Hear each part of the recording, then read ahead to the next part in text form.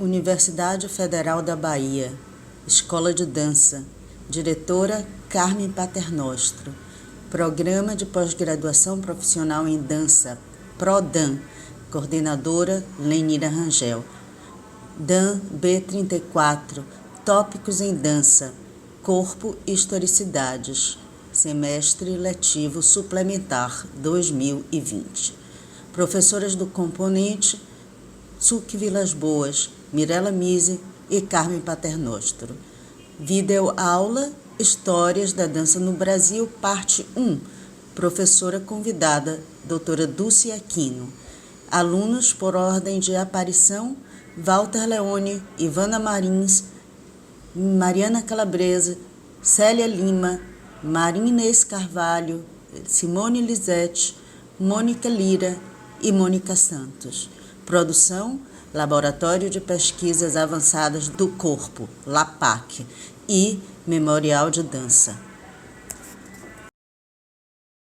Boa tarde a todos, estamos aqui com a professora doutora Dulce Aquino, nossa querida colega, diretora da nossa escola de sempre, apesar de estarmos também com a nossa atual linda diretora, Carmen Paternostro, na nossa sala. Aula de tópicos especiais em dança, corpo e historicidades, convidada especial, Dulce Aquino. Passo a palavra. Sejam muito bem-vindos. Muito bem-vinda, Dulce. Muito obrigada por ter aceitado o nosso convite. Eu quero agradecer o convite, claro. Eu tenho uma paixão por esse curso que nós criamos aí, que Carmen que é o curso profissional, acho isso importantíssimo. E sempre, ainda mais quando eu vejo pessoas, ex-alunos, e esse trabalho tão lindo que vocês já fazem na sociedade. Aqui na sala, eu fico emocionada, e a sensação sempre de entrar na sala é a sensação de que vocês sabem bem aquele dorzinho na boca do estômago, aquele sufoquinho assim, que a gente entra no palco. É a mesma coisa de dançar, gente, quando a palavra vem como performance. Outro dia falaram assim, você é performática, agora fica... Eu gosto mesmo, e eu acho que isso a dança me deu. Então, eu estou com toda essa coisa do meu corpo inteiro aqui, com muita emoção e com muita alegria para falar para vocês. Eu pensei, quando vocês me convidaram e as professoras deram uma série de possibilidades, eu tenho trabalhado muito, porque antes de sair como professora, me aposentar, né? Eu, em 17, comecei a entrar mais na política, entrar mais, mas eu sempre fui dentro. Eu sempre fiz política desde muito cedo e entrei exatamente para aproveitar, que eu acho que política é uma das coisas mais importantes que se faz, não politicagem, mas política, porque é trabalhar pelo outro, para o coletivo, para o outro, pensar em grandes ideias, em grandes transformações. Então, esse é o papel do político. E eu estou aproveitando o meu resto de vida fazendo isso, e que eu sempre gostei desde jovem. E como eu estou trabalhando muito com essa questão de políticas culturais, da dança hoje, da questão que eu vou trabalhar aqui com vocês, é um pouco dessa realidade nossa, porque a história não é só algo que você tem de estudar para você saber da história, você tem de estudar para você conhecer a si mesmo, para conhecer o seu passado, e para que o passado, que sempre está se repetindo em espiral, você saber como pode resolver questões que às vezes já lá estiveram e que você não tinha conhecimento. Então, é muito importante. Por outro lado, eu acho que o coreógrafo, o dançarino, o professor de dança tem uma cultura coreográfica, quer dizer, coreográfica na construção, como se constrói as danças. E essa relação, quando você estuda história, não é estudar as danças.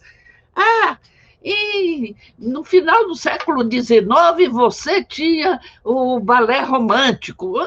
Isso, o que é isso? Que relação tinha? Por que era balé romântico? Por que se chamava balé romântico? Então, essa relação, você ter a dança, é uma forma de você conhecer também todas as relações culturais. Ainda mais que o corpo, a gente trabalha com isso, e o corpo é a centralidade do mundo, ou seja, o meu mundo está aqui e em volta de mim, como vocês todos, e nós somos essa mídia lá, como o corpo mídia vem tratando as teorias de corpo mídia, vem tratando essa relação do corpo, que toda. Olha que coisa linda, eu ouvi outro dia que o leite materno é a substância mais completa, assim, de proteínas, de não sei o quê, que a criança não tem nada que substitua o leite materno. E aí tentaram fazer, claro, as indústrias tentaram fazer o leite processado, né? E botaram tudo que poderia ser dado do leite. Resultado, viram que não adianta. O leite tem de ser fabricado no peito, no corpo. De sair do corpo, ele tem valores nutritivos que ninguém sabe por quê que é, mas assim é. Então, o corpo tem coisas muito misteriosas mesmo. Claro que nós estamos nessa realidade, vou entrar já nesse aspecto de pensar, fazer a dança no Brasil. Hoje, como a gente está nesse contexto tão confuso, e um pouco um caminho aí da consolidação do campo de dança no Brasil. A realidade da dança em pandemia, a gente sabe que vocês já ouviram isso de todas as pessoas. Não vai ser o novo normal, não será igual ao passado, vai ser muito diferente. Os hábitos, o que essa coisa da gente estar sentado aqui vendo, e as ações cognitivas estão em profunda mudança.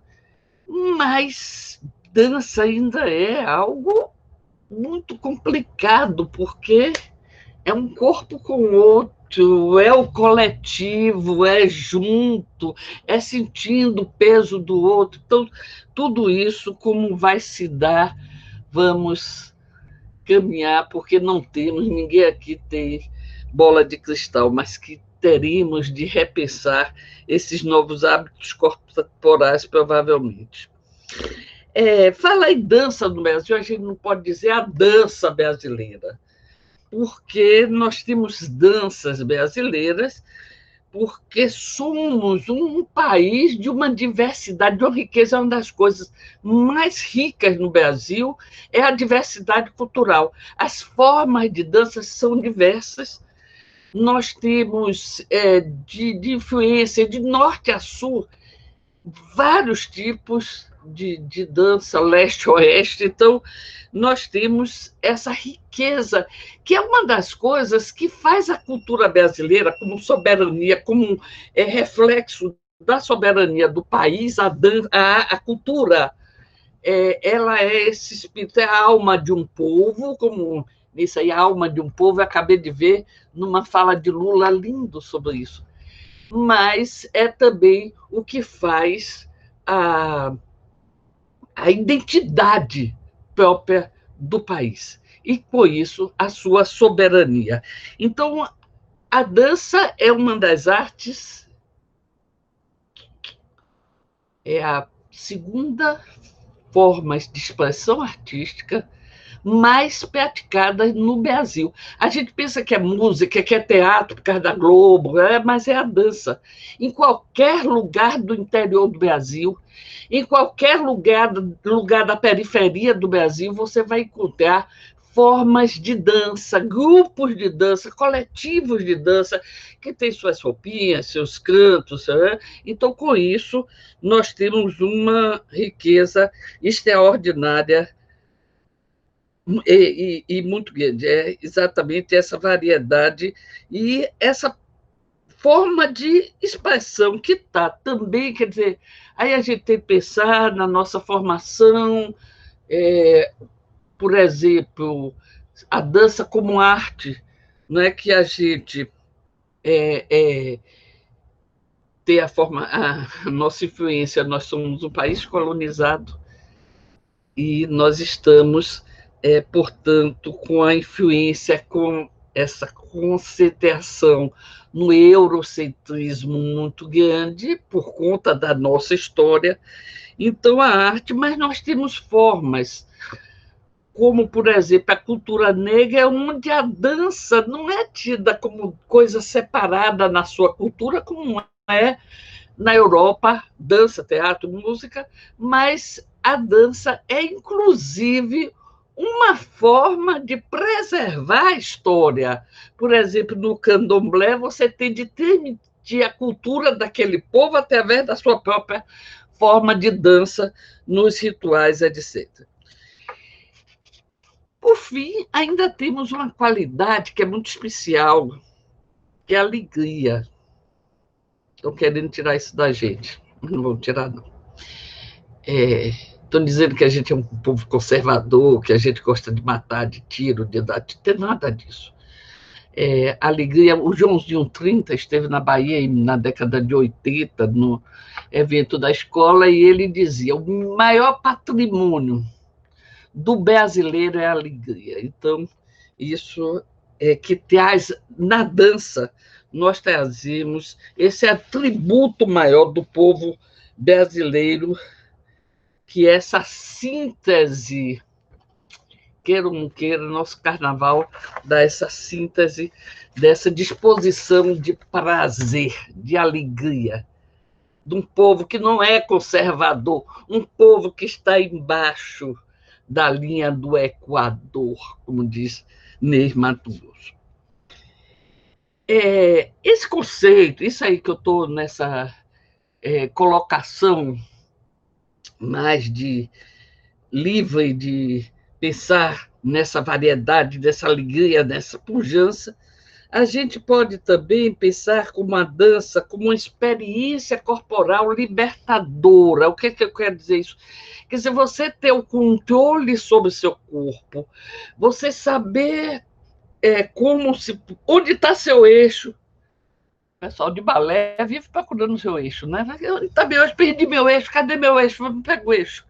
Essa questão de você estar com o equilíbrio corporal, você desenvolve psicologicamente, cognitivamente, maior controle de si. Então, isso eu acho que é muito importante. Nós temos, em alguns estudos dos neodarwinistas, né, que mostra o próprio processo de desenvolvimento do corpo, quer dizer, como a gente saiu lá daquele peixinho que saiu para a terra, que andou, que levantou a cabeça, que soltou a cabeça, e foi criando as patinhas e fomos subindo.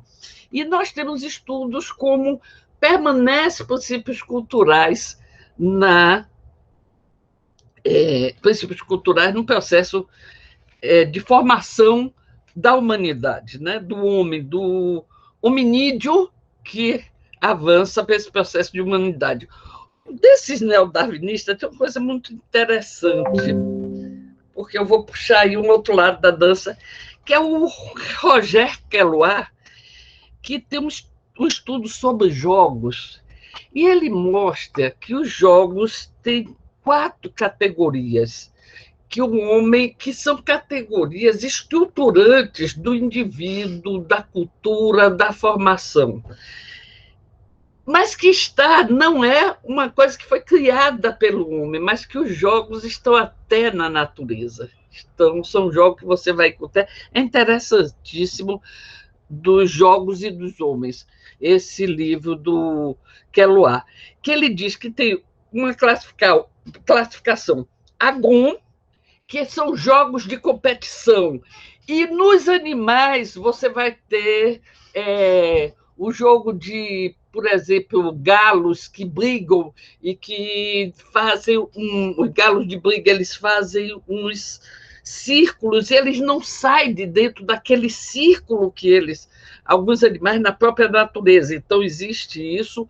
O mimicry, que é fingir um ao outro. Então, ele bota como exemplo que na natureza você vê um animal que, de repente, ele se veste, se transforma na folha que ele está próximo para que um caçador não o veja. Então, ele se transforma, seu corpo é aí os lagartos que viram, camaleões que viram, e tem muitos insetos que você pensa que pega a cor daquele lugar que ele está, inclusive, se esconde. Então, esse mimicry, ele diz que é a origem, inclusive, do teatro, quando você faz a máscara e você se transforma em um outro personagem, né?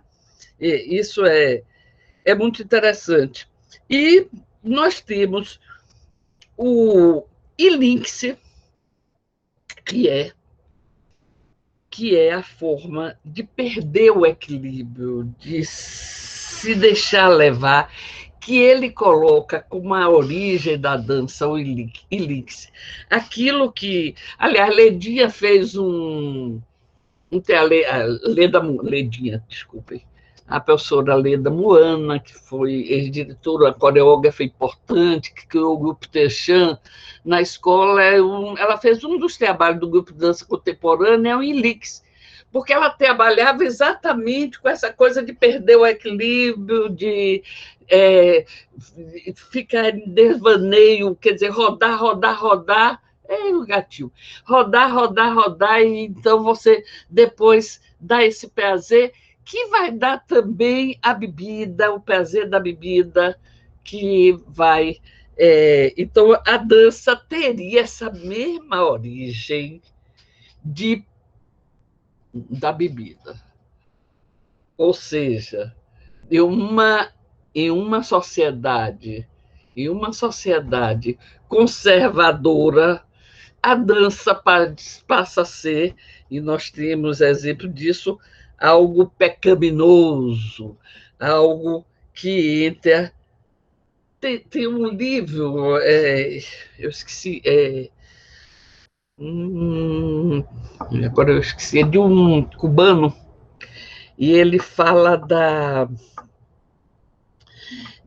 Revolução Espanhola, e que se encontrava-se naquela hora que foi a Guerra Civil Espanhola, e uma coisa feticida, mais ou menos assim, de uma polícia militarizada, e tinha os grupos, se formavam pequenos exércitos, e um matava o outro.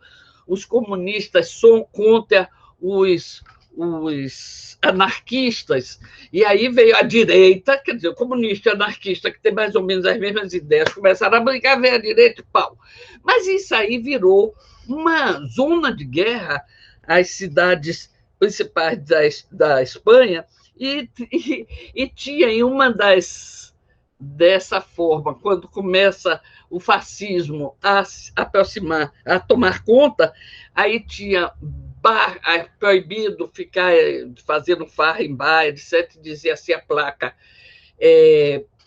cachaça no bar é a sala de espera do que há de pior no ser humano, que é o perverso, etc., por causa da dança e da bebida. Então, nós estamos aí dentro dessa visão fascista como algo que entra nessa linha de perda de controle, né?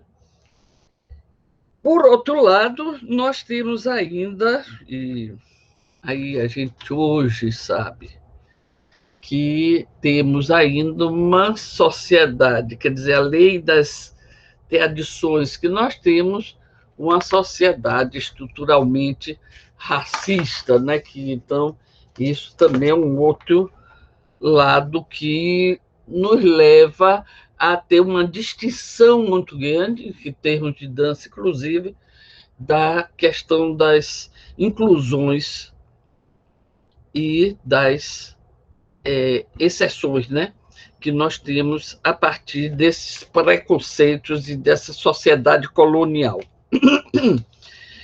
mas que temos as origens na dança como visão das sociedades conservadoras. A dança tem uma capilaridade que vai no Brasil inteiro, das formas autóctones de expressão de linguagens artísticas às formas mais de reações. Quer dizer, o que nós encontramos hoje nas periferias, as formas de dança que vem surgindo nas periferias, surge de uma necessidade, de uma realidade outra e de uma expressão muito forte a partir dessa realidade. A produção artística está diretamente ligada a essa realidade social. Nos últimos 3 anos, e eu acho que isso a gente muda muito, porque toda essa coisa que eu estou falando de dança, da importância de dança, dos mal-entendidos sociais da dança, nos últimos 3 anos, 4 já, nós tivemos um golpe muito grande, porque, aliás, nós não só, a presidenta Dilma que sofreu o golpe. O golpe no sentido de voltar a cultura a ser o inimigo número 1, principalmente do atual governo, e com isso a dança está perdendo todas as conquistas no Brasil que tinha avançado profundamente. Após o golpe de 2016, nós tivemos com o Temer, foi retirado do Ministério da Cultura e nós tivemos, aliás, ali uma reação muito grande, a dança foi importante aí, no Ocupa Minc, não sei se vocês ouviram falar disso, Ocupa Minc, que não deixaram e ficamos na Funarte, ficamos nos sítios aqui em Salvador, até que retornasse o ministro, mas nós estávamos com essa tensão muito grande de não ter o ministério. E o que aconteceu? Tivemos o ministério, mas aí também foi um ministério frouxo, que aí veio o Bolsonaro, acabou o ministério, e nós ficamos a ver navios em termos de uma política para a dança. E que avanços são esses? Eu estou dizendo assim, quer dizer, eu estou trazendo para o Brasil essa questão. Em 2000, a partir de 2000, houve uma reorganização do setor de dança. A dança sempre tem essa capacidade de reagir, de estar presente nos momentos mais sérios, apesar de ser uma arte muito ligada a certa nobreza, às oligarquias, aos poderes dominantes, mas a dança, por sua capacidade de juntar pessoas, de trabalhar, de você estar com o outro, de você perceber o outro, tem uma capacidade muito de se organizar politicamente, por incrível que pareça, ainda que não tenhamos grandes experiências no Brasil com sindicato, por exemplo. Não temos essa tradição, mas, na hora H, nós, desde na década de 80, que a gente veio se organizando, e a partir de 2000, com uma possibilidade no país de uma transformação que sofreu, uma transformação profunda. O que transformação profunda é essa? Da transformação no governo que voltado para trabalhar as políticas com a sociedade. E isso, como a dança estava organizada, nós conseguimos. Houve uma ameaça de educação física, dizer que nós éramos só processo de educação física, que era processo físico, e que, então, o Conselho devia controlar isso. Nós tivemos uma reação profunda, conseguimos reverter isso dentro do Congresso, mas, em seguida, veio o governo Lula, com a proposta do Ministério da Cultura, uma nova visão de cultura, cultura como um todo, como aquilo que o homem... Na primeira conferência, Gil falou uma coisa linda, cultura é tudo que nós fazemos. Se eu estou comendo, o prato que eu comi do peixe pintado, agora, nesse almoço, aquele prato cozido daquele jeito era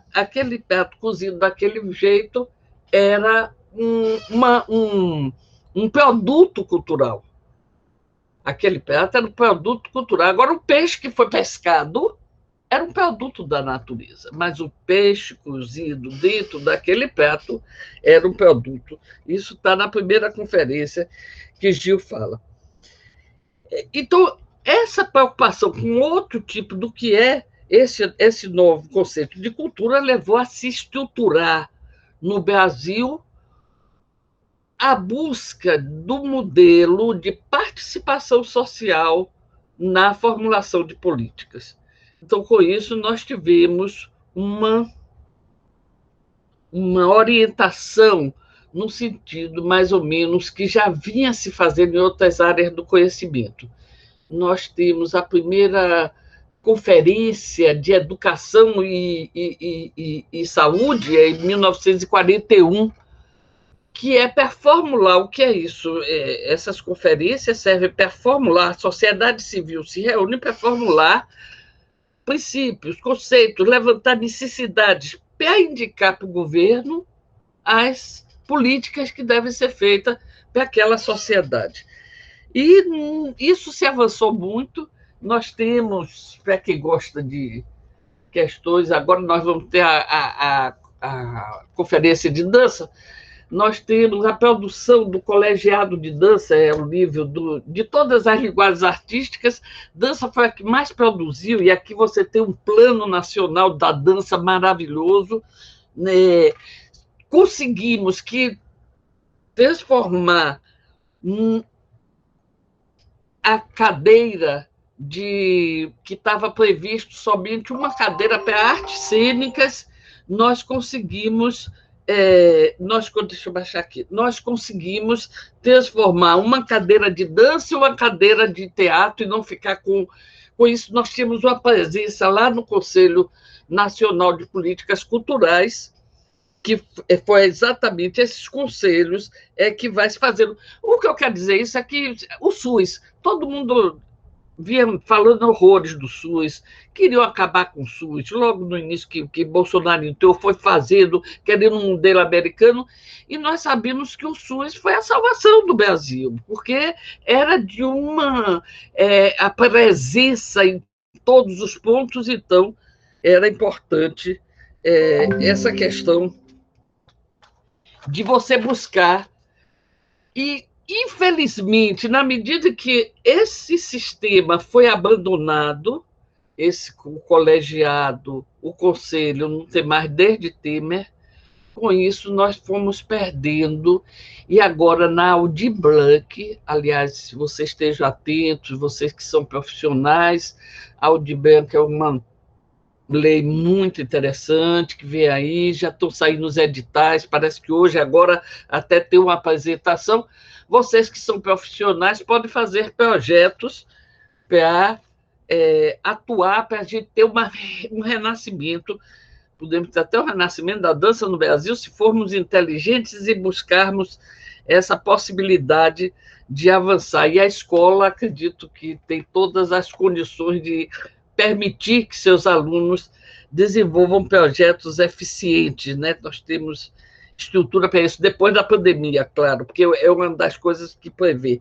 Então, com o CNPq, que é o Conselho Nacional de Políticas Culturais, foram desarticulados, e com isso perdeu uma possibilidade. Hoje, não são todos os municípios que têm condições de aplicar a lei Aldir Blanc, que é um dinheiro que vem diretamente para os municípios, e com isso, que a lei os artistas foram os primeiros a parar e serão os últimos a voltar plenamente suas atividades. Aldir Blanc é uma lei que veio exatamente para tentar para essa questão do artista que está passando fome, mas também de restabelecer, dar condições aos centros culturais, aos grupos de desenvolverem suas atividades e, quem sabe, até emergir dessa pandemia com mais potência. Essas conferências foram feitas na época de Gilberto Gil, foram feitas 3 conferências, além de todo o conselho desses planos. Então, é algo que a gente, se vocês tiverem algum interesse em ver, pode ter até o plano de cultura está no site do Ministério, o plano de cultura, o plano de dança, quer dizer, para quem está tentando ver a questão da cidadania do artista envolvido com a sua cidade, com a vivência, com a política, no sentido do coletivo, um trabalho coletivo. Então, vocês podem atuar. Vendo esse material, é um material muito rico e ainda está com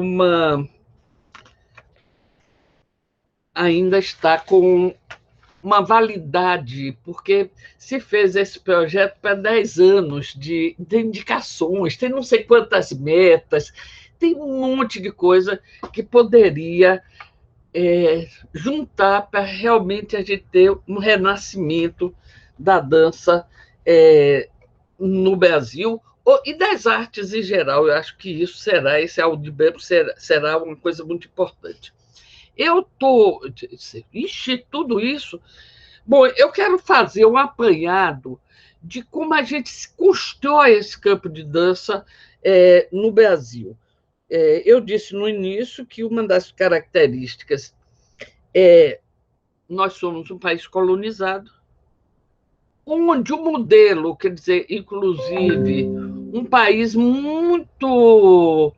Dizem, porque que pena que foram os portugueses que colonizaram, mas eu acho que seus valores, a gente teve seus valores no sentido de que não são o que está errado, é a colonização, de um modo geral, seja americano, ou seja inglês, seja português, mas era algo que tomou conta, expulsou totalmente os indígenas de suas terras, etc., e o negócio, a matança, aí a gente vê todo o colonizador como destruidor, realmente,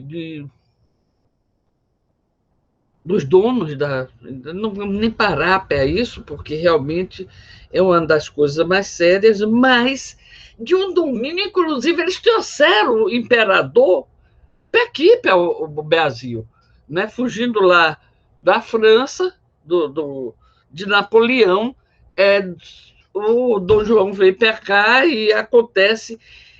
O Brasil fica um modelo terrível, inclusive não permitiu abrir escolas. As escolas, só quando o Dom João chegou aqui, em 1890 e tantos, 80 e tantos, que foi possível criar a primeira escola de medicina, que quer dizer o estudo cirúrgico, depois lá no Rio de Janeiro, a primeira escola de belas artes, etc.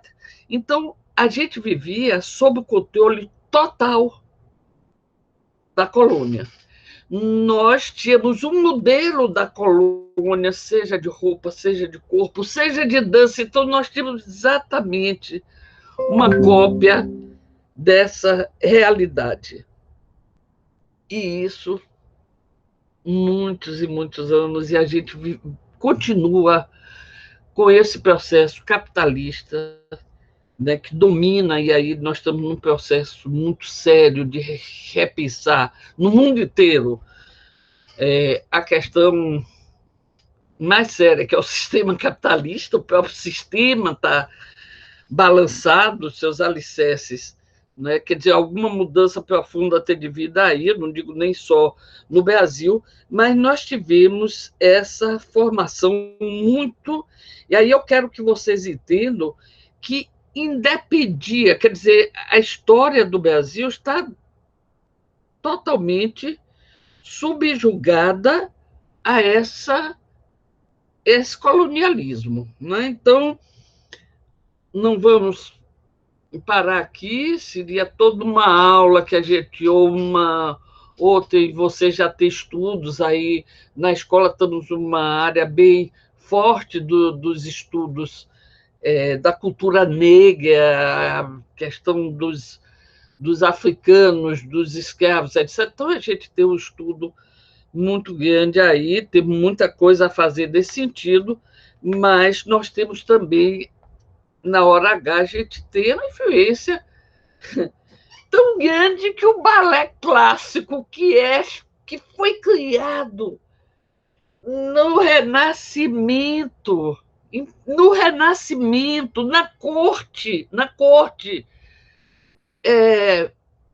na corte italiana e francesa, o balé clássico se constituiu, que a França instituiu como uma linguagem, criou a primeira academia. O balé clássico até hoje permeia e vai lá nas quebradas, e está lá nas quebradas. O que é isso? O que a gente pensa disso? O que a gente pensa de formações técnicas extraordinárias, com a técnicas extraordinárias, como, por exemplo, a capoeira. A capoeira é uma técnica africana que, em 2 meses, você está com um controle de corpo incrível. Mas a gente tem o domínio da técnica do balé, queira ou não queira. Aliás, parece agora vai ter um estudo aí de aprofundamento desse sentido. Por que o balé permanece por tanto tempo, mais de 500 anos, dominando?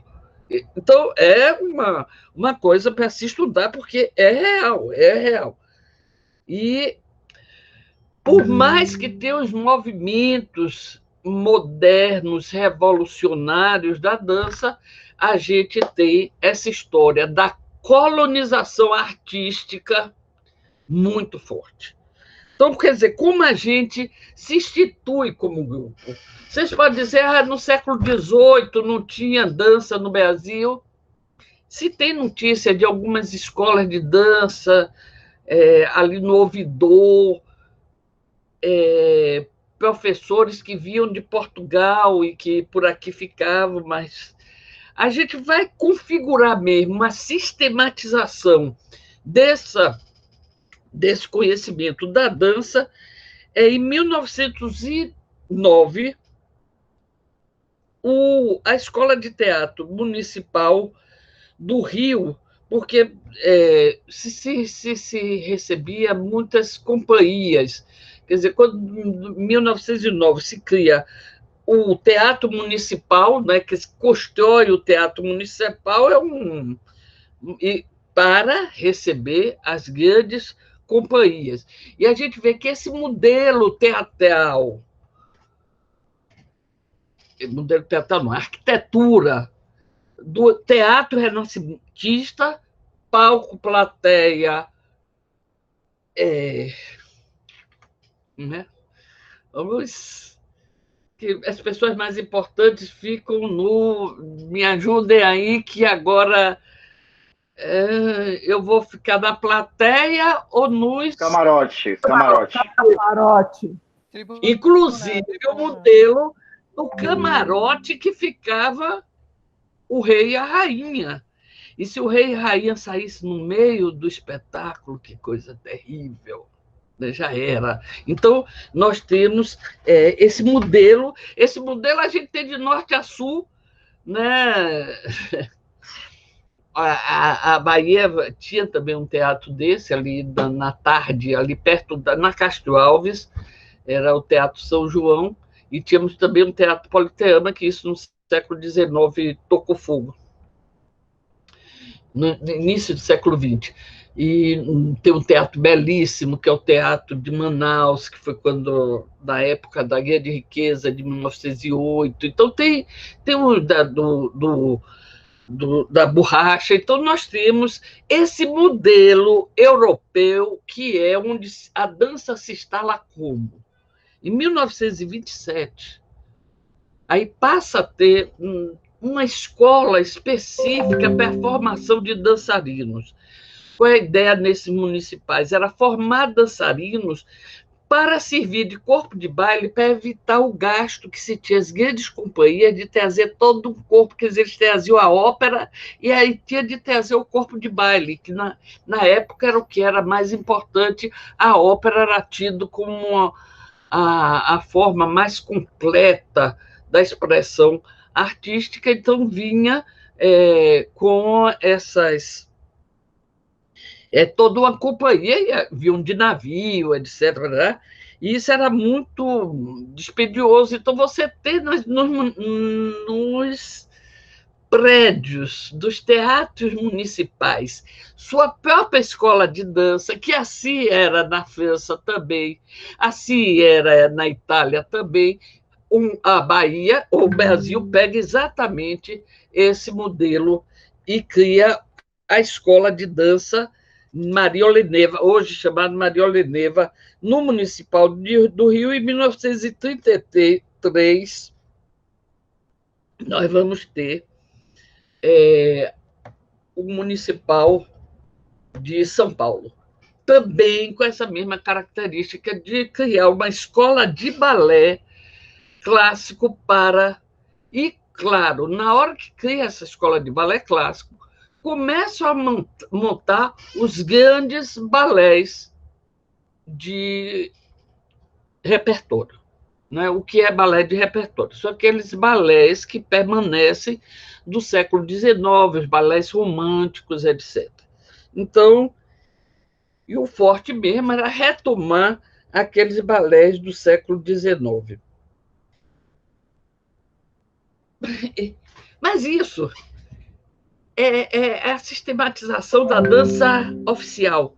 Isso não quer dizer que tem outras formas surgindo no Brasil e que com muita potência, e não sei se vocês ouviram falar isso, dos teatros de revista, que isso era algo extremamente rico no Brasil, que era nos grandes cassinos, quer dizer, daí na lógica da boemia, os grandes cassinos, e que tinham companhias, e de uma riqueza.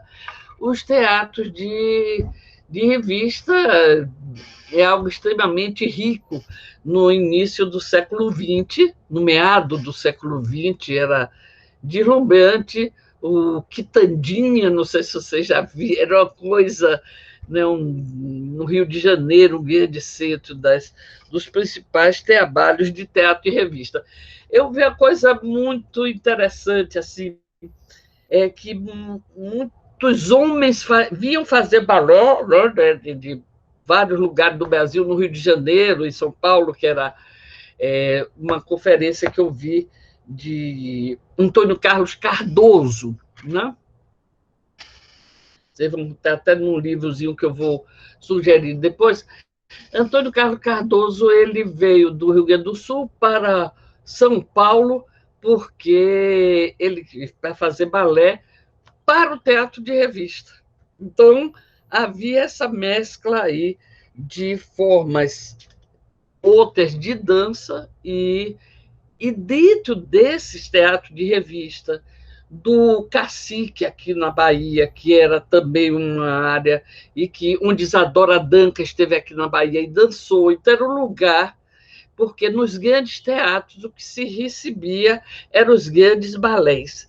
E nessas outras casas de espetáculo, que era ligado ao entretenimento, ligado ao jogo, à boemia, né, que é uma lógica cultural própria do século XX, nós tínhamos os grandes artistas, é uma coisa bem romântica, os grandes artistas eram os grandes boêmios, né? Grandes artistas foram, você vai ver na história da arte, a presença da boemia no artista é algo que acompanha, né?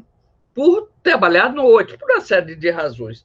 Mas, então, essas casas de jogos desenvolvia. É interessante, por exemplo, a gente saber que algumas dançarinas a gente tinha no balé municipal, na escola de balé municipal, nós tínhamos a formação do bailarino, da dançarina, em geral, muitas mulheres, né? Era raro os rapazes, muitas mulheres, e essa formação, quando eles acabavam a formação, que começava com 7 anos e ia até os 15 anos, essa formação, elas eram contratadas no próprio municipal.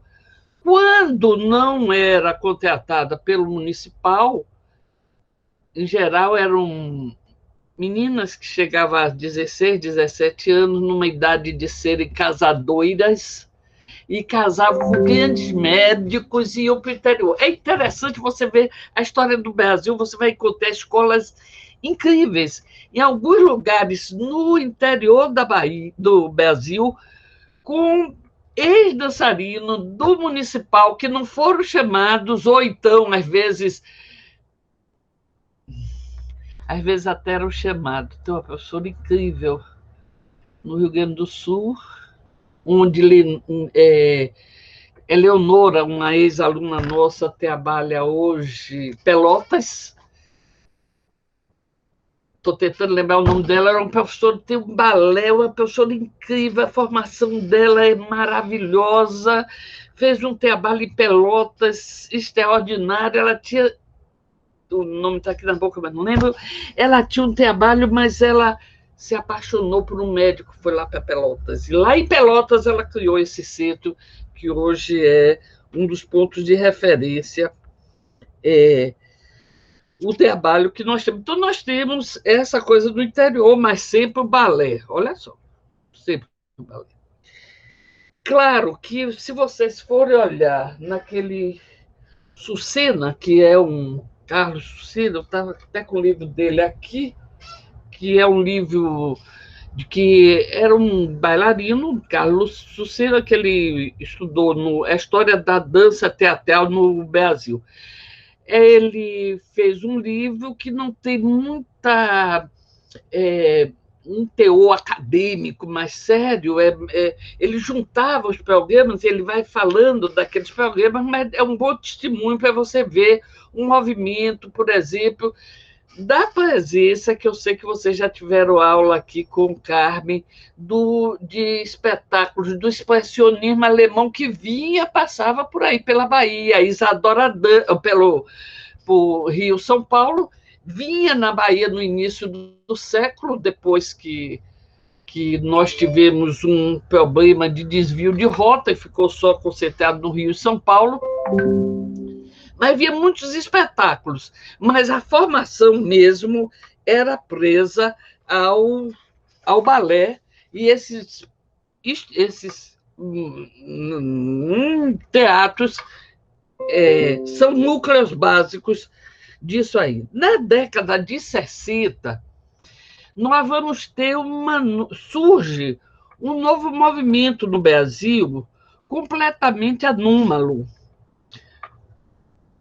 Fazer dança na Bahia, na década de 55, na década de 50, né? 60 é que a gente chega, mas em 55, 56 surge a escola de dança aqui, que é um fenômeno muito interessante, porque veio, eu acho que vocês já tiveram, sabe disso, mas com essa influência europeia, mas em outra linha da modernidade. Aí que não tem nada a ver com o balé.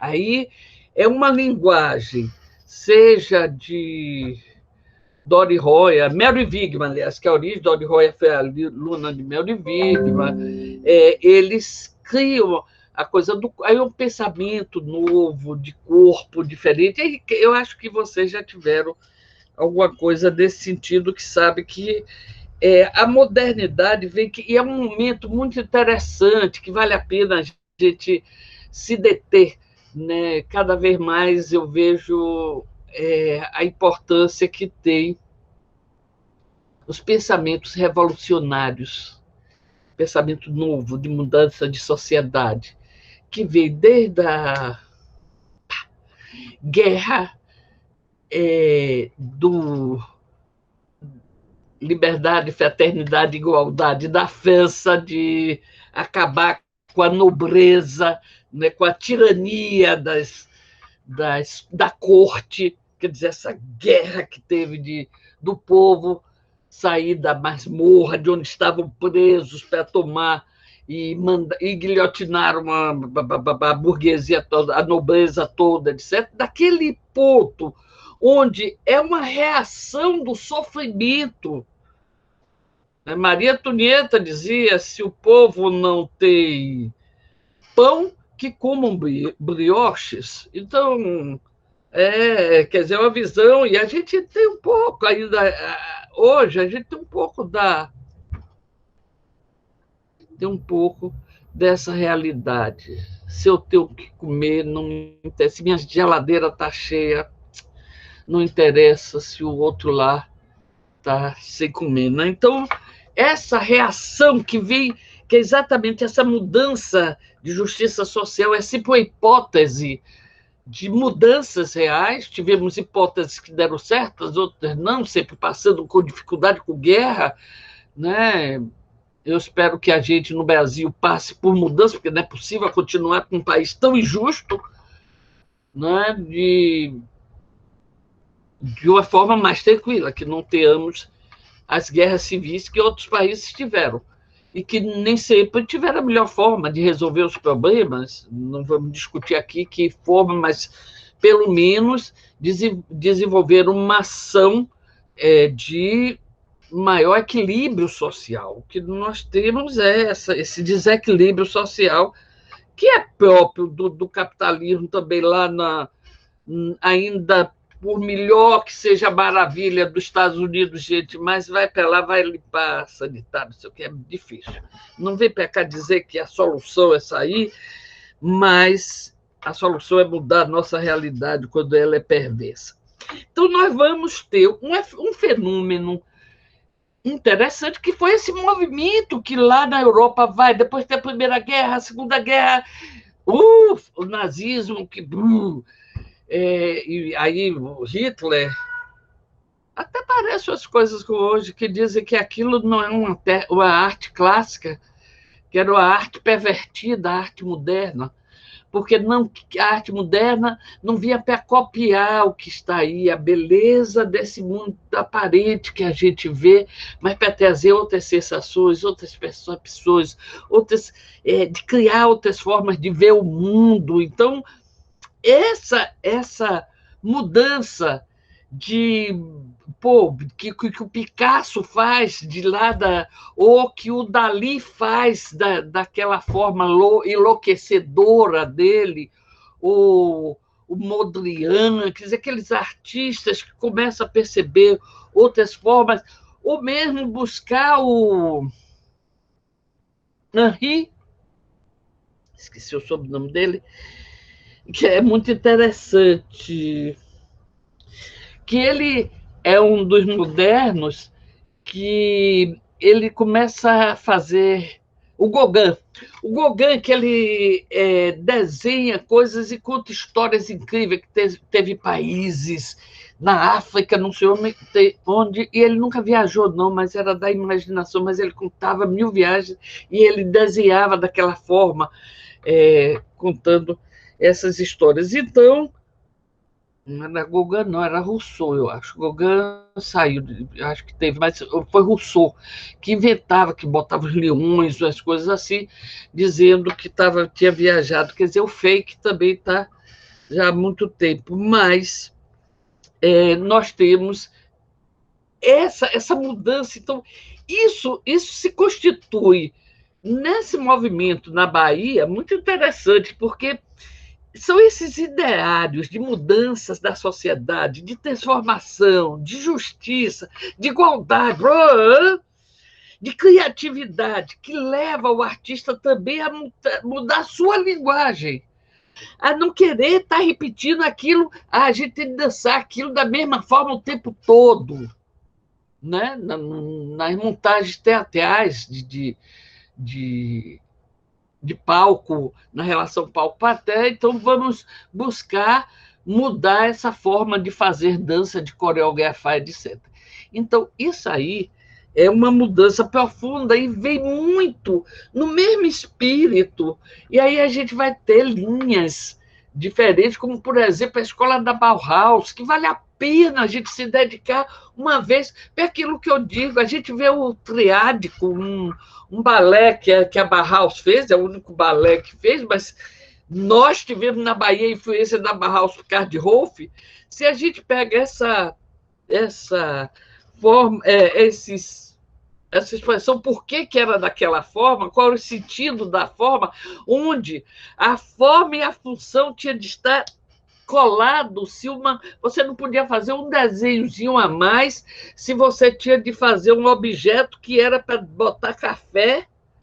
Então, a função era de botar, cair o café, então tinha de ser as linhas muito limpas. A dança, então eles criam uma dança muito geométrica, e aí vale a pena a gente ver. E eu digo, para que ver isso? Para a cultura coreográfica, é importante. Como a gente diz, para que ler? Porque não estou querendo acabar com os livros, dar imposto para o livro, para ninguém ler. Quer dizer, o que a leitura faz com a cabeça da gente, de possibilitar a gente imaginar coisas, ter mundos criativos. Assim também é quando a gente vê outras coreografias, a gente vai tendo possibilidades de desenvolver o imaginário. Então, essas formas muito próximas, Vige 5 e 9, vem para esse choque, e na Bahia vem com uma outra história. Isso se espalha no Brasil inteiro. Olha, na Bahia tem um centro, mas não era só dança, não.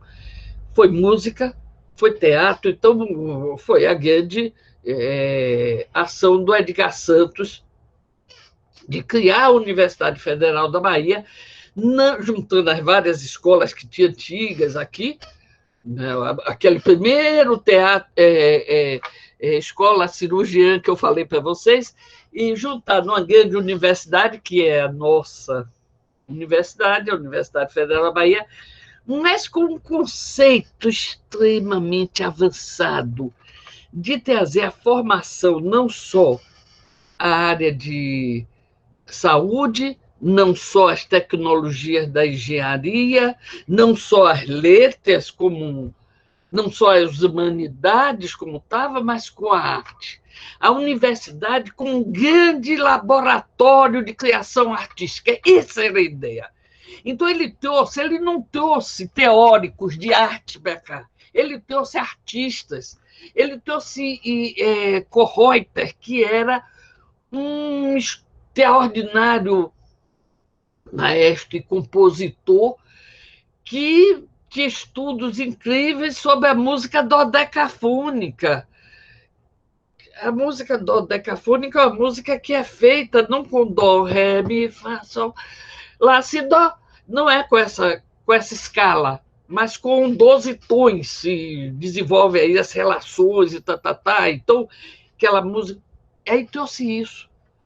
Trouxe Martim Gonçalves, que era uma figura dos mais importantes diretores, e para a Bahia, e com isso trouxe a Janka Rudska, indicado por Kohreuter, que estava em São Paulo e veio para aqui, indicado, trouxe a Janka Rudska, que é do expressionismo alemão. Aqui se tornou um grande centro. Nós somos nucleares nessa questão da invenção, da criatividade, da modernidade. A Bahia se caracteriza com esse espaço.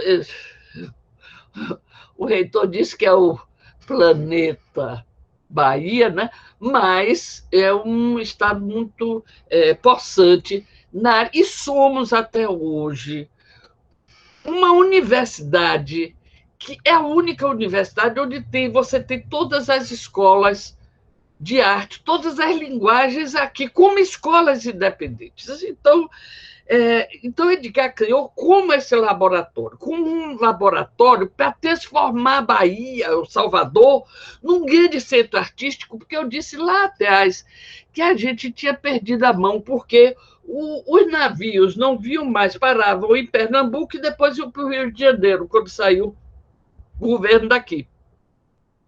E não parava mais na Bahia. Então, ele quis um renascimento da Bahia. Claro que aí, nesse momento, tudo isso foi possível porque tinha petróleo é nosso, estava se encontrando petróleo nas bacias baianas, dava condições da gente estar, condições econômicas da gente estar desenvolvendo esse centro extraordinário que foi desenvolvido. Então, essa escola serve de centro importante. Veio Klaus Viana, que era um professor de dança em Minas, que surgia com uma novidade de um balé.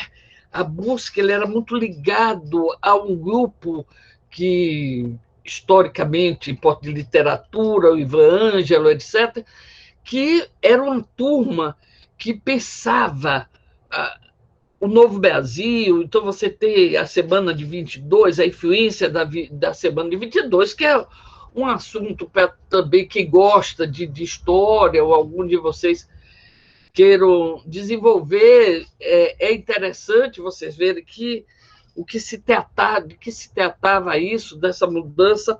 Então, o Klaus estava dentro desse espírito, mas com a formação de técnica de balé, ele veio para a Bahia com o Angel, a Marilena Martins e tal. Então, nós temos esse grande centro na Bahia, em 56, que vai até 63. Nós temos, inclusive, o grupo de dança contemporânea vira uma referência, viajando para o Sul, uma referência da dança com Rolf Gelewski, da dança chamada aí, a gente já chamava dança contemporânea. O que quer dizer que besteira é essa? Não, é porque dança contemporânea veio a ser discutido isso em São Paulo na década de 90, esse termo. Dança contemporânea e dança nova. Surge a dança nova e a dança contemporânea.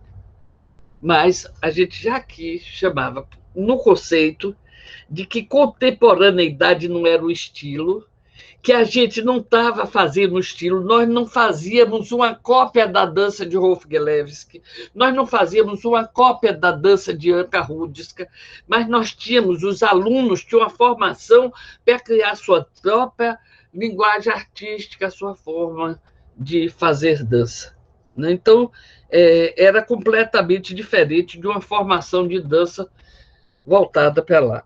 Então, teve esse momento aqui importante, deixa eu ver as horas, mas teve também, claro, que aí veio um novo, a hegemonia da dança europeia com a guerra. Isso vai se perdendo, lá vai aí ter toda uma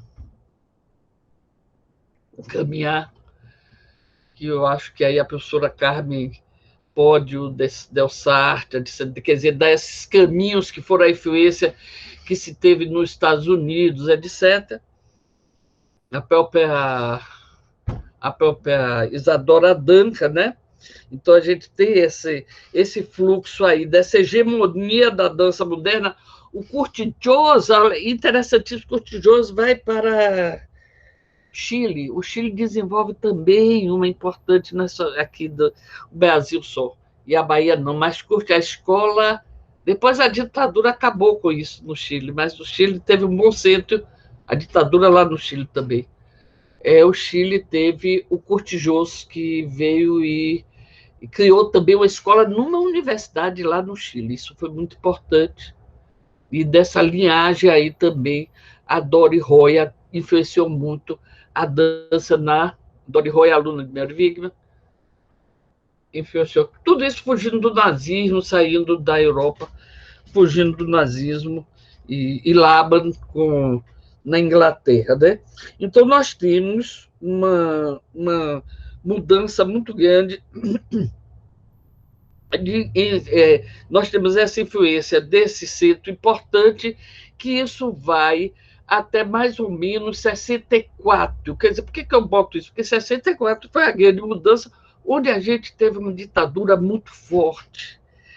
E todos os projetos, também a universidade teve. Você não vê essa perseguição? Tira 20%, tira não sei o quê. Foi disso para pior. Ou, se a gente não cuidar, também vai chegar ao que era. As universidades sofreram muito, inclusive, de pessoas estranhas que entravam para assistir aula e dedurava professor que fala disso ou fala daquilo. Né? Então,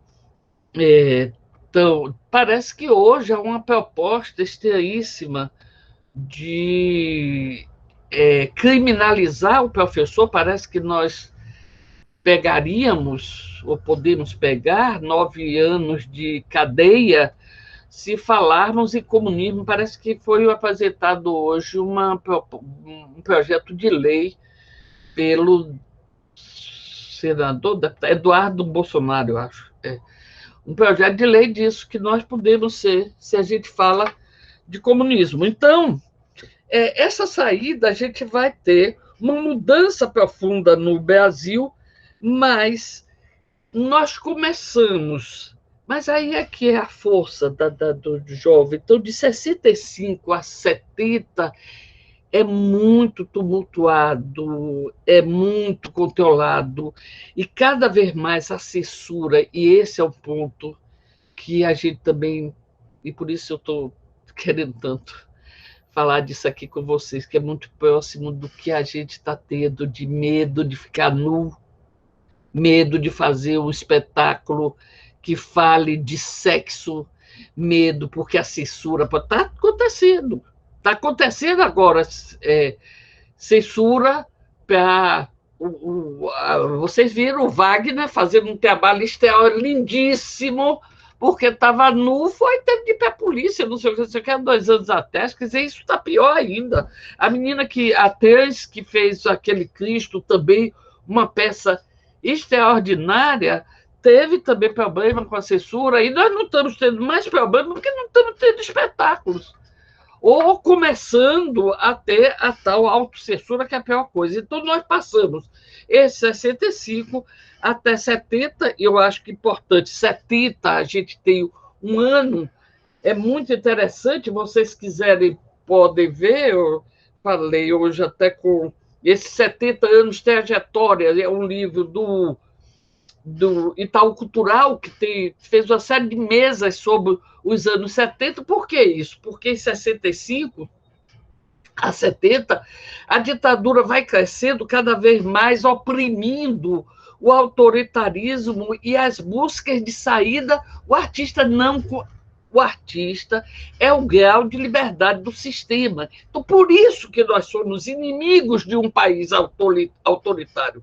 Quando existe um país autoritário, nós somos os inimigos. A cultura, os intelectuais, porque a gente está pensando, está mudando, está propondo. Então, isso aí incomoda, a criatividade incomoda. Então, nós vamos ter, em 75, de 70 a 75, um endurecimento enorme. Depois de 65 a 70, vai se construindo uma ditadura forte. De 70 a 75 foi um endurecimento, mas é nessa hora que o artista mais se rebela. E tem um movimento importantíssimo dos anos 70 que vale a pena vocês estudarem. Quem gosta de ver essas coisas, vale a pena vocês estudarem. Claro que aí nós vamos ter séria influência nesses anos, em 75. Por que eu falo tanto 75? Porque 75 foi um grande momento. Parece que há um setor de água de divisão aí, de 75, com a morte de um jornalista, Vladimir Herzog, que ele morreu, disseram que ele se enforcou, e não foi nada disso, tal, e na prisão, e com isso começou um movimento na sociedade, e aí a arte foi que, olha só, em São Paulo teve uma presença muito importante, ainda que fosse também através do balé, mas teve um movimento muito importante do estágio nesse período, foi muito importante, porque o estágio começou a trazer questões de operário, questões indígenas, ainda que esteticamente até incomodasse a nós, cá modernistas. A Bahia, os modernistas não lhe gusta muito, de uma linguagem acadêmica, mas que escute mais. Mas foi um papel importantíssimo. Por que o estágio tem um papel importante? Porque ele começa a trazer a juventude para assistir dança, porque era o único lugar que estava falando de operário, que estava falando de índio. Então, isso se tornou um fenômeno. Os espetáculos do Grupo Estágio seguia por filas enormes para ter um lugar. Então, esse anos 75, o governo, então, pretende a própria ditadura, e esse é o mal do país, porque o Golbery teve a ideia, Golbery era um ministro dos militares, que ele teve a ideia da Casa Civil, que ele teve a ideia de uma abertura progressiva, contínua e segura, porque havia essa reação dos intelectuais. As universidades estavam, os grandes começou a surgir festivais de arte nas universidades, e com espetáculos que traziam muito essas mudanças de comportamento dos rebeldes. Aí veio as maconhas, uma série de coisas que vai tendo uma reação, e eles começam a ver que está sem controle e começa a dizer, não, a gente tem de estender isso. Aí cria em 77 a Funarte para dar apoio às universidades. Por quê? Porque a juventude é que pode fazer mudanças, a juventude é que tem coragem de fazer mudanças, então eles vão tendo essa reação. Isso vai acontecendo, na medida que vai surgindo esses festivais, surge também uma influência grande do movimento de jazz, as academias de jazz. E aí Antônio Walter deve ter visto como foram importantes o resíduo disso, a continuação disso, dessas academias de jazz, que era qualquer luxo no país. Vocês que têm academia sabem a importância que teve isso. Qualquer luxo no país, os festivais, os espetáculos de jazz eram coisas extremamente... Eram noites da pauleira, eram noites pauleiras. Né? E surge também um lado muito ruim em 77, perverso, que são os festivais, que tem um lado perverso, ainda que aglutine as escolas de dança, mas tem um lado muito perverso, que é o lado da competitividade. Né? Então, isso é muito sério, que vai surgindo ainda, e que onde o grande centro é um modelo de Joinville, cujo modelo, em 77, surge a partir de uma ideia do sindicato de São Paulo, como as academias eram um negócio poderoso, era muita grana, tinha aquelas donas de academia, uma figura, né, notável, assim, e rica. Tinha os maridos das donas de academia, né? Então, era um fenômeno no Brasil, essas academias de dança, era um fenômeno de jazz, etc. Então, e eram poderosas. E aí, o pessoal em São Paulo percebeu. São Paulo tem uma visão assim financeira muito rápida, né? Então eles perceberam que podiam fazer assim competições entre as academias de uma cidade, depois podiam fazer regional e depois podiam fazer estadual. Então, esse foi o modelo que Maria Pia Pinóquio, a grande figura importante da dança no Brasil, ainda que com essas influências, né, criou esse modelo que Joinville, com o investimento da sociedade muito grande nesse evento, virou um modelo do grande festival que eu chamo perverso, por causa.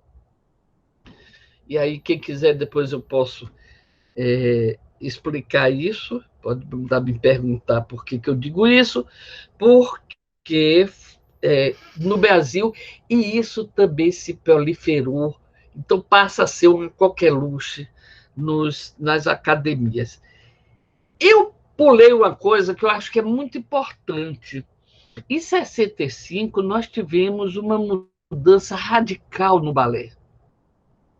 O que o fenômeno, que se eu estivesse numa sala de aula, eu ia perguntar para vocês, quem sabe o que é esse fenômeno em 65, no início dos 60, que teve uma mudança radical no balé. Se eu tivesse na sala de aula, eu ia ficava até mais animado, porque é um porre vocês ficarem assistindo aí. Em 60, na década de 60 e 65, a Inglaterra lança um projeto incrível de colonização no mundo, que é o Royal, o método Royal. O método Royal é um grande investimento inglês da potência capitalista, do neoliberalismo, da colonização. E esse Royal vai para o mundo inteiro, criando um modelo que eu chamo o método de uma aula só. O que é isso? É que você passa um ano fazendo uma aula só para chamar os examinadores de lá da Inglaterra que vinham examinar. Claro que isso vai se modificando, mas eu estou dizendo na origem. Eles mandavam, não admitiam, não tinha. Era tão forte esse modelo inglês que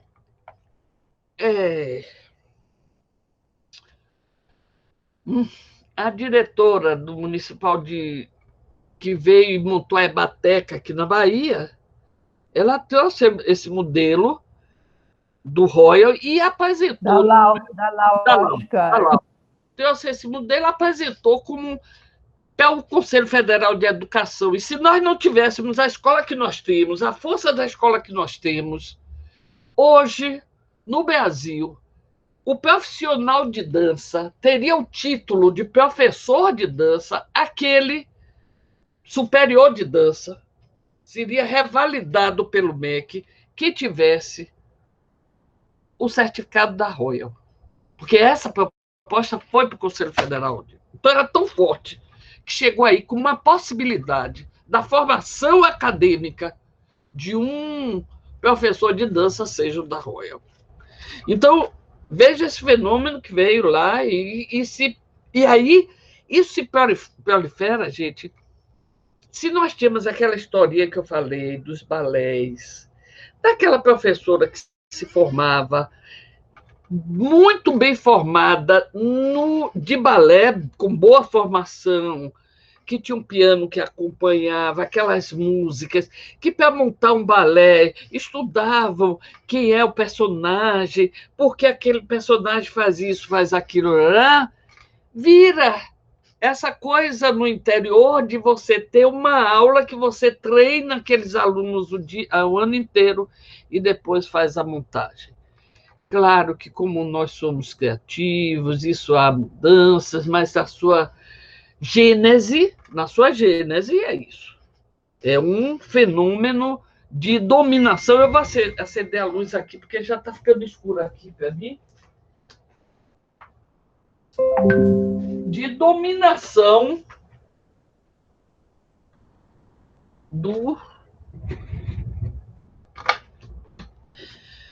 europeia. Mais uma das. Quer dizer, não basta lá os portugueses, a gente também teve. Como temos agora uma opção de coisa aí de. Então, nós temos esse fenômeno lá em 65, e volto para 75, onde nós tivemos. Mas aí, paralelo a Joinville, paralelo a esse processo, surge uma coisa importantíssima no Brasil e foi fundamental para uma nova pensamento de dança no Brasil, que foi a Oficina Nacional de Dança Contemporânea, que foi um evento criado na Bahia, na nossa universidade, na nossa escola, que trazia que era porque nós estávamos com o apoio da Funarte na abertura política, o apoio para criar os festivais de arte nas universidades. E aí criamos a Oficina Nacional de Dança Contemporânea dentro do Festival de Arte da Bahia. Agora, por que isso foi importante? Porque a oficina passou a ser um lugar onde trazia coreógrafos de todos artistas que estiveram fazendo pesquisa de linguagem.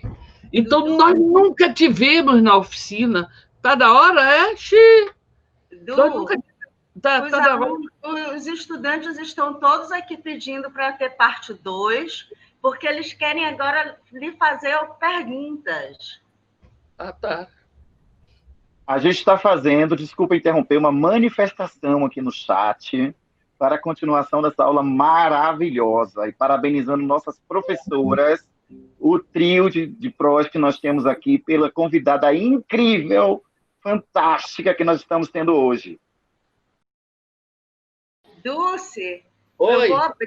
eu vou abrir para perguntas e se você tiver disponibilidade realmente e quiser voltar para a parte 2, será um prazer. A gente marca uma outra data, mas agora vamos abrir um pouco para todo mundo poder conversar um pouquinho também. Não, eu posso, se é dia de terça, esse horário eu não tenho nada assim, fixo. Porque como eu estou aposentada, aí aposentada vai cheio de coisa e fica. Então, e também eu estou aposentada e estou velha, então eu tenho que exercitar meus tic-teco, né? Então aí me meto em 200 mil coisas, porque tic-teco tem de tal. Né? Senão eu não posso nem dialogar com a juventude, né, de vocês, aí vir para cá caquética não dá. Então, não, eu posso. Obrigada, que beleza. Outubro, não tem problema nenhum. Esse horário para mim é ótimo, não tem e estou à disposição mesmo. Que, aliás, uma das coisas que eu não falei foi a importância de ter sido criado essa disciplina. Isso eu esqueci de falar, porque e essa coisa que eu sempre tive como certa angústia é a coisa da necessidade da gente saber história para ter cultura coreográfica, cultura de coreografia é fundamental, entendeu? Então, e além do que, a gente precisa de desenvolver processos de registros, etc., que aí esses professores... E aí eu quero parabenizar Carmen, Mirela e Suki pela criação dessa disciplina. É Suki, Mirela e Carmen. Eu disse, tá, Suki. Não, foi porque elas que começaram, Suki e Mirela. E aí eu disse, gente, eu estou dentro, não vou ficar fora, não. Porque poderia estar fora por ter atribuições de direção. Eu digo, não, quero estar junto. E aí foi a maior alegria. Uma delícia, uma alegria. Vamos lá, a gente vai abrir um pouquinho, então, para os alunos poderem fazer qualquer... Eu queria propor uma coisa, Mirela, para a gente estabelecer um tempinho, assim, padrão para todo mundo, porque a gente adora falar. Eu nem gosto muito. Olha, Dulce, vou lhe dizer uma coisa. Uma vez você me chamou para trabalhar com você na ProExt, mas depois eu converso isso. Por que eu não fui? Depois a gente conversa. Então, propor, gente, assim, quanto tempo seria legal para cada um? Vamos ver, a gente vai ter outra oportunidade, uns 2 minutos, 3 minutos para fazer a pergunta, desenvolver, né? Vamos lá. Não, Eu tenho uma pergunta. Uma pergunta é um minuto, gente. Aí todos podem falar. Ah, eu tenho... Obrigada, Carmen. Eu tenho uma pergunta, mas ela é rápida. Mas, Ivana, não? Ivana, Ivana, tu tinha uma pergunta? Eu não preciso fazer agora, eu quero falar uma coisa, não vai ser pergunta, pode falar, fique tranquila. Vamos lá, Mari. Ah, tá, desculpa. Vai, Mariana! Tá, vou falar a pergunta, beleza. No início, né, da tua fala, você fala muito sobre as origens, né, da história da dança e do balé clássico, e você traz essa coisa do balé, ele ainda está em alta, né, hoje em dia, e você fala muito, né, sempre balé. Teve uma hora que você falou isso, acho que umas 3 vezes, sempre o balé, né? E aí eu queria te perguntar, na tua opinião, né, porque eu acho que todo mundo da dança, principalmente na Bahia, tem uma opinião formada sobre isso, mas a sua visão pessoal, assim, se você quiser compartilhar, se você acha que o balé, nos dias de hoje, além da sua importância, né, cultural, etc., mas você acha que o balé ele ainda é uma forma de manter esse lado colonizador do Brasil, de ter ainda ter um eixo muito forte na dança de um eurocentrismo dentro do Brasil, e se o balé, você acha que ele perpetua isso, e se você acha que tem como reinventar esse balé, de repente? Olha, meu amor, certamente. Eu não tenho dúvida nenhuma. Quer dizer, todo o princípio de balé é todo da corte francesa. Nós tem, inclusive, cadê aquele meu livrinho? Eu tenho um livrinho aqui que é interessantíssimo, que eu comprei no sebo. Eu mostrei outro dia a Mirella, não foi, Mirella? Foi com você, eu não sei quem foi que eu mostrei. É um livro que eu comprei num sebo. Ai, meu corpo eu tenho uma foto, eu mando para eles. Eu tenho uma foto, eu vou Manuel. É o Manual do Balé, que foi escrito em 1890 e poucos, Manual da Dança, uma coisa assim, da dança e do balé. Eu comprei no sebo. E é interessante como a forma de mistura entre... Tem, inclusive, primeira posição, segunda posição, terceira posição. Veja só, 1800 e tanto. Primeira posição, segunda posição, terceira posição... e a forma de você estar nas relações. Quando você tira uma moça para dançar, você não deve conversar coisas pesadas. Quer dizer, tem uma relação entre o estar social e o dançar com esse princípio. Então, vem daí todo esse... Eu não tenho dúvida que tem isso. Porém, eu também não tenho dúvida, e eu acho que você não necessariamente precisa ser de balé para você dançar, né? Claro, aí a gente... Sei que, por exemplo, nós fizemos um movimento muito forte antes da ditadura, e por isso a gente pode aprofundar depois, em 65, eu, Laís e um colega nosso, eu estudei capoeira, ia para a invasão do Calabá, fazia aula com o mestre Gato, eu e Laís, porque a gente pretendia, Laís era professora também da escola, a gente pretendia começar a trabalhar a técnica da capoeira, e isso era uma ideia de Klaus e da gente, que era da Revolucionário, não sei o quê, isso aos 16 anos. A gente queria transformar a técnica básica na capoeira.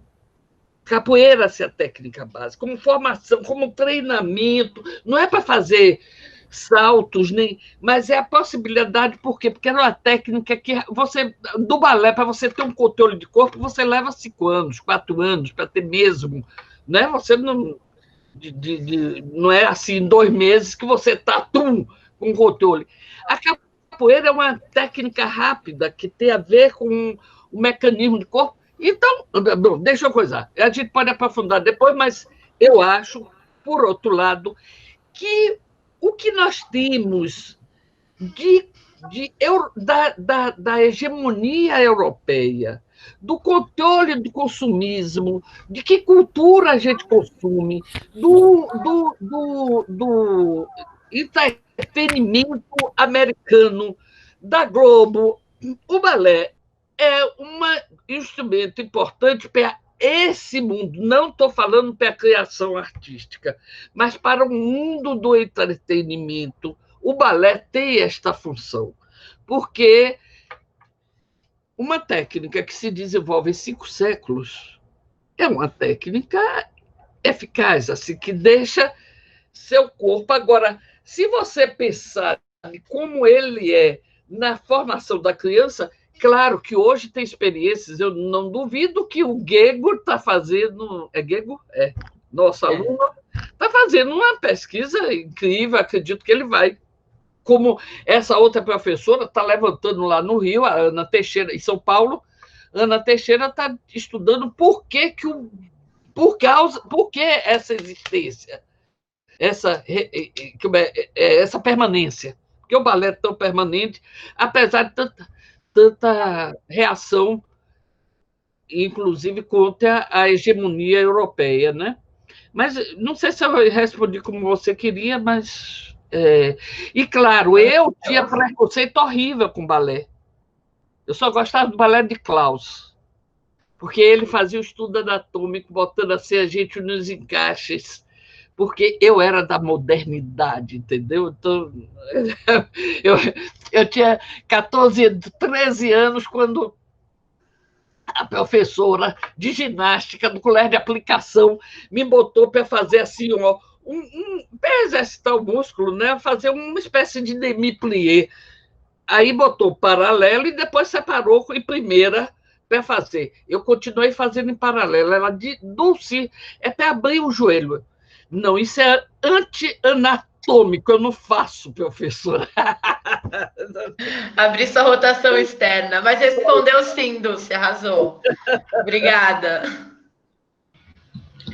Dulce, boa tarde, gente. Eu tive um probleminha familiar, meus pais estão idosos, minha mãe está com Alzheimer e não pude entrar antes. Dulce, eu não vou fazer uma pergunta, eu vou aproveitar um comentário seu sobre a questão da ditadura, que eu coloquei até no chat aqui, e tentar ser rápida. A gente não pode perder de vista que nós não temos brasileiros que brotaram, tiveram esse interesse no bolsonarismo, essa identificação que brotou. Eu acho que nós tínhamos, sim, pessoas que já eram muito identificadas com essa questão e que encontraram um nome e uma voz. O bolsonarismo existia antes de Bolsonaro. Nós temos que pensar que nós temos uma pauta moral muito forte, que a arte incomoda, porque a arte, ela lida com tabus como a nudez, porque somos nus, estamos vestidos. Lida com tabus como a nudez, lida com tabus como a morte, lida com tabus como a sexualidade, lida com o pensamento crítico que se forma. Eu entrei em dança no ano passado e sou muito feliz pela minha escolha, e vejo, inclusive, que eu fui, no passado, uma pessoa que pensava que a escola de dança, para que estava ali? Que bobagem, dança para que escola de dança, para que faculdade, né? Então, assim, a gente não pode perder de vista que e dentro da universidade, quantos professores, servidores e alunos, mas os alunos são mais passageiros. Que a gente não pode perder de vista isso, e não perder de vista que eles não estão com medo de enfrentar, e a gente não deve ter medo também, né?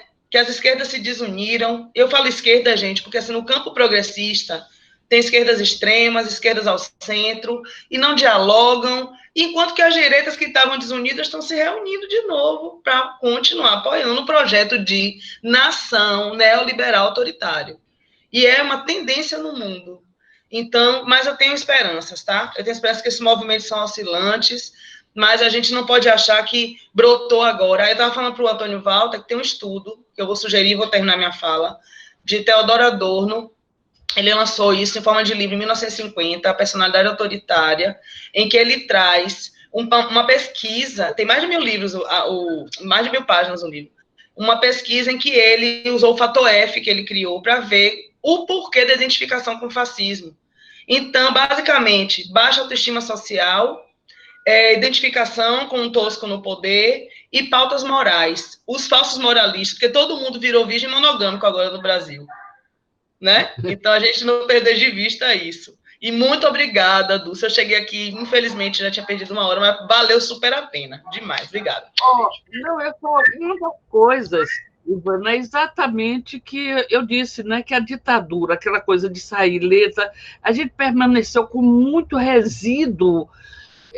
Inclusive, eu fiz parte da Comissão da Verdade aqui na Bahia, e muita coisa não deixaram, não permitiram, os militares não permitiram informar para a gente.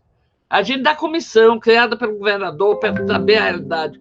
Os documentos todos que estavam queimando perto do aeroporto não deixaram a gente ver. Entendeu? Então, quer dizer, a gente tem essa linha mesmo que continua forte no Brasil, forte. Bolsonaro pegou isso, né? Oi? Dulce. Oi, minha linda. Posso Claro. contar? Você, primeiro, quero dizer que você está linda, adorei seu visual. Primeira coisa que eu coloquei no chat hoje. Está linda, estou adorando te ver. E aí, o chat pegou fogo hoje, muita gente conversando, um debate saudável. A gente não podia conversar com você para não te interromper. Não podia, não. A gente pode, eu sei que pode. Eu podia ter falado isso, né, gente? Desculpa, eu não... Não, é porque estava muito bom e a gente não quis te interromper. Mas aí, pegando aqui o raciocínio da minha colega Ivana, sobre essa nossa nova postura que eu considero meio complexa, para não dizer horrível, dessa repressão internalizada. Eu queria saber como é que você sente isso? Porque eu, como artista, eu venho sentindo isso na minha companhia de dança, que já tem hoje 30 anos, eu comecei muito pequenininho. Eu não participei dos festivais lá da década de 70, não, Dulce. Mas depois... Eu não quis dizer isso, eu quis dizer que você que tem academia sabe da importância dessa academia. Claro, né, Vitor? Eu sei, meu amor, estou brincando. Mas, assim, o que eu venho sentindo na companhia de dança, na pele, é que a cada ano a gente fica mais careta. Eu me lembro da década de 90, quando eu fiz um espetáculo chamado Oráculo, As Respostas de um Deus, aonde eu comecei a discutir valores religiosos no palco, e eu achei que ia ser um absurdo, que eu ia perder milhares de alunos no ano seguinte. Porque até cena de gente cuspindo na Bíblia eu tinha no palco. Jamais eu conseguiria colocar esse espetáculo hoje no palco. Jamais eu teria coragem para colocar esse espetáculo hoje no palco. Na época, no ano seguinte, eu dobrei de alunos, de dançarinos na companhia de dança. Foi um retorno incrível. Tinha cambista na porta vendendo o ingresso pelo dobro do valor.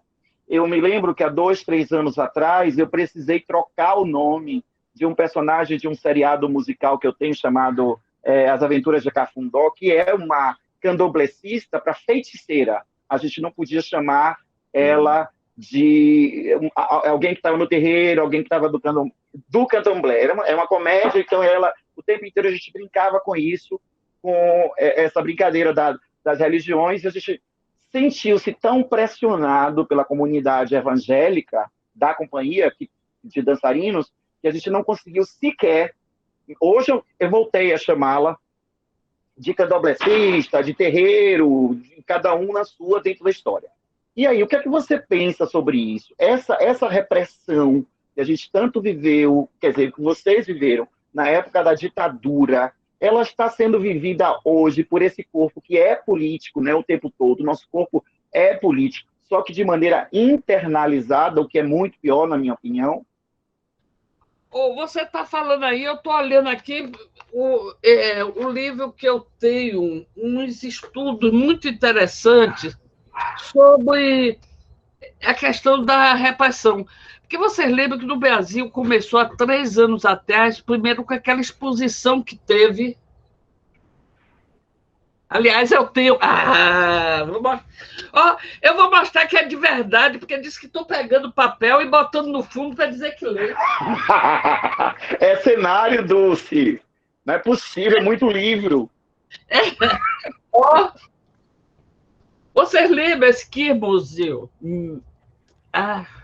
Dá para ler aí, não? Cartografia da Diferença da Arte Brasileira, de Gaudêncio Fidelis. Que museu que foi sobre, no Rio Grande do Sul, que fecharam. Olha o catálogo. Só que esse catálogo, como não existe mais esse livro, está fechadinho e eu tenho pena de abrir, porque disse que ele está custando já R$ 5.000. Então, que disse, sabe, se eu tiver com dificuldade aqui, eu tenho isso para poder fazer o leilão. Então, eu ganhei isso aí. Então, essa exposição, que aí o conservadorismo do Rio Grande do Sul foi há 3 anos.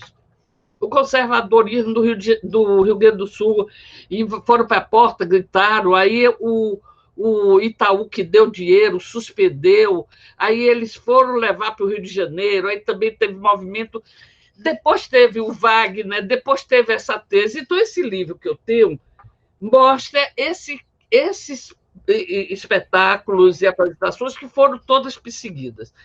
E diz uma coisa que eu digo naquele manifesto do ANDA, não sei se vocês viram aquele manifesto que eu fiz do ANDA, que eu cito a fala, eu estou também procurando, que ela diz assim: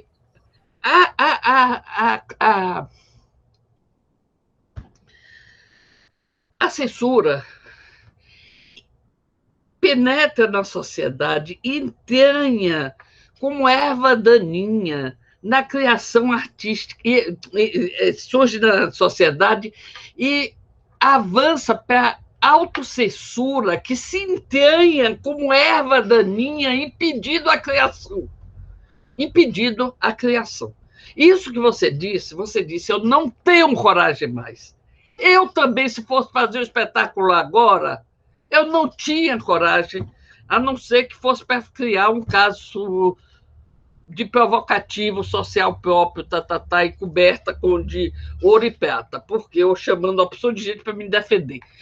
Porque a gente vai tendo o processo, o autoprocesso.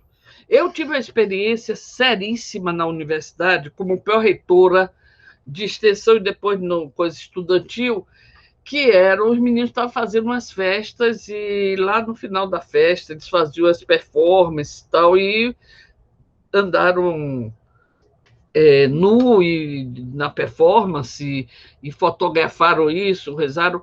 Dulce, você não vai proibir? Eu disse, não, eu não sou censura, não vou proibir de jeito nenhum. E vou assumir que eles podem, o palco para mim, o espaço, quer dizer, eu não sou censura porque o espaço para mim tem o espaço sagrado, o palco onde o artista está fazendo sua performance é um espaço sagrado.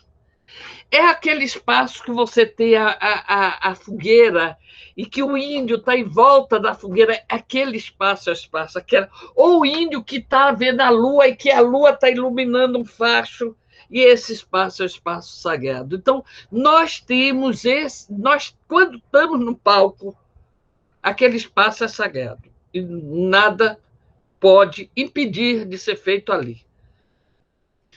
Claro que existe, não vou matar ninguém em cena, né? Você tem um nível da ética humana, você tem ética humana.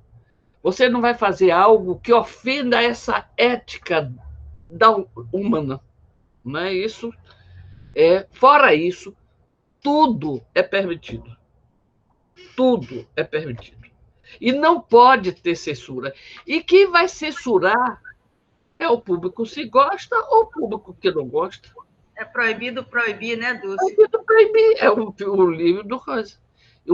Mas eu faço isso, não faço isso de boca. Eu já tive experiência prática. Você vai... A oficina de dança, gente, que eu coordenava. E aí saiu a história que tem um boi, um boi, porque tinha um Bumba Meu Boi, que veio não sei de onde, ser mostrado como uma manifestação, uma vez que a oficina fez um estudo sobre o popular, arte popular. E aí um produtor nosso o Bamberg, que era inteligentíssimo, J. Bamberg. J. espalhou e deixou todo mundo assim, ó, que ia enterrar um boi dentro do Teatro Castro Alves, um boi de verdade. Gente, foi uma coisa assim, todo mundo assim. Claro que eu fiquei preocupada, mas imagina se eu ia proibir o espetáculo de Maria Momenson, que foi uma coisa belíssima em 1978, eu nunca me esqueço, que ela veio cheia de panos, assim, véus pendurados, véus brancos, e ela rodava, e ia soltando aqueles véus, e ela rodando, e soltando aqueles véus. E rodando, e ficou nua, e veio até a frente do palco, tinha uma bacia com água, ela se lavava ali e saía nua do palco, em 1978. Aí foi um escândalo depois, que Dulce, e você, eu disse, eu vou proibir. Imagina, e naquela época tinha censura, mas ocorre que dança eles não conseguiam, porque quando eles iam censurar já acabou o espetáculo, já teve, né? Ou o espetáculo A gente está chegando ao nosso momento de finalização, a conversa está maravilhosa, mas alguns alunos já saíram. Tá. E eu quero agradecer muito a sua presença. O tema oficina vai ficar para daqui a 15 dias. Essa história. Mas dias eu só vou responder pergunta, hein? Ah, não, tem que acabar um pouquinho aqui, mas. Aí a gente faz o fechamento com a oficina e o que. Como o Walter disse mesmo, é muita coisa e todo mundo está animado de ouvir você. Então a gente agradece muito a sua disponibilidade. Todo mundo aqui é da área de arte ou da área pedagógica? É só saber. Dos alunos, só. Eles são artistas, a maioria deles artistas. Não, mas o projeto é artístico-pedagógico, é isso que eu queria saber. Tem as duas. Tem as duas. Uhum. Gente, antes de acabar, eu acho que merece um aplauso, né? Não vamos abrir o microfone e aplaudir, meus amores. Vambora! A gente está sentindo falta de aplauso. Aplaudir as professoras May, Mirella, Carmen, Suki, a nossa convidada. Bravo! Maravilhosa! Próximo. Tchau, gente. Obrigada. Tchau, Dulce. Obrigada. Dulce, um beijo, meu amor. Tchau, Mi. Para ele ver. Gratidão, gente. Tchau. Tchau, gente. Tchau. Foi muito legal. Uma delícia essa aula. Mirella, perguntaram aqui se essa aula vai ficar disponível, gravada. Tá Dulce, gravando, gratidão, viu? Um beijo, minha linda. Depois eu mando um e-mail sobre essas coisas todas. Tá, beijo. Vou conversar com as outras meninas, com Suki e Cara. Célia, cadê o que você está precisando, Célia, para eu investigar com você sobre os diretores? Tchau, Dudu. Olha a Dulce aí para você perguntar. Eu tenho uma pergunta para a Dulce. Dulce, não, é muito rápido, é só o livro. O livro que tu mostrou, qual o nome do colegiado? Tá aí do teu lado. Eu botei o livro aqui no chat. Mas aí eu vou perder o chat. Só me diz o nome rapidinho. Não, esse aqui é Câmara e Colegiado Setorial de Dança. Relatório de atividades 2005 a 2010. Beleza. Esse, Mariana, tem uma cartografia da diferença também. Cartografia eu peguei. Esse nome eu peguei. Eu não tinha pegado esse que ela mostrou lá no início. Eu vou pegar tudo com Dulce, todas as referências que ela citou, e vou mandar por e-mail, e vou mandar a orientação da aula que vem, tá bom? Tá bom. Beijo. Muito obrigada. Tchau. Tchau. Por tudo.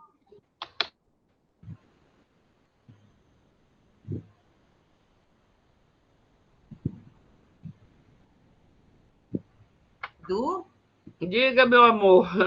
Muito obrigada. O povo me adora, né, menina? O negócio é maravilhoso. Foi linda a aula.